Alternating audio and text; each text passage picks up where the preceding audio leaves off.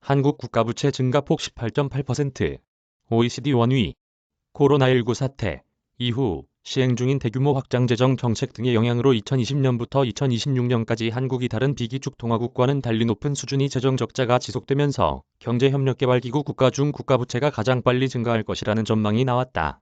재정준칙 법제화와 세출 구조조정이 시급하다는 지적이다. 17일 한국경제연구원이 국제통화기금 국가재정 모니터를 바탕으로 코로나19가 발발한 2020년부터 2026년까지 비기축 동아국 재정 전망을 분석한 결과 한국의 국내 총생산 대비 국가부채 비율 증가폭은 18.8%포인트로 OECD 비기축 동아국 17개국 중 가장 높은 것으로 나타났다. 비기축 동아국은 국제거래의 기본이 되는 기축통화인 달러, 유로, 엔파운드, 위안화를 법정통화로 사용하지 않는 국가다. 한국의 국가부채 비율 증가폭은 기축통화국을 포함한 OECD 37개국 전체로 확대, 비교에도 1위였다. 2020에서 2026년 한국의 국가부채 비율이 급등하는 반면 캐나다, 아이슬란드, 헝가리 등 다른 비기축통화국은 평균 1.0%포인트 감소하는 것으로 나타났다. 이에 따라 한국의 국가부채 비율은 2020년 47.9%에서 2026년 66.7%로 오를 것으로 전망된다. 국가부채 비율 순위도 비기축 동아국 17개국 중 2020년 9위에서 2026년 3위를 기록할 것으로 보인다.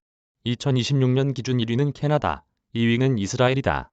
이는 다른 비기축 동아국과 달리 한국은 신종 코로나 바이러스 감염증 사태로 증가한 재정 지출 수준이 2026년까지 유지될 것으로 예상되기 때문이다.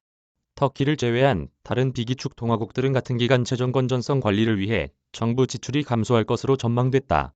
2020에서 2021년 GDP 대비 통합재정수지 적자 규모를 100으로 가정했을 때 2022에서 2026년 통합재정수지는 한국이 88.0인데 비해 다른 비기축 동아국들은 평균 33.6으로 추정됐다.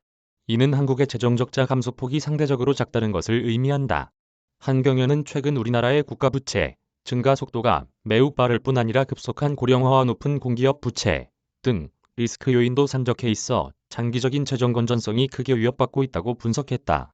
한경연은 국제비교에 사용되는 일반 정부 부채에는 포함되지 않으나 국가 지급 보증으로 사실상 정부 부채로 봐야 할 한국의 비금융 공기업 부채 또한 OECD 2위 수준이며 향후 예상되는 막대한 규모의 동일 비용 또한 잠재적인 리스크 요인이라고 지적했다.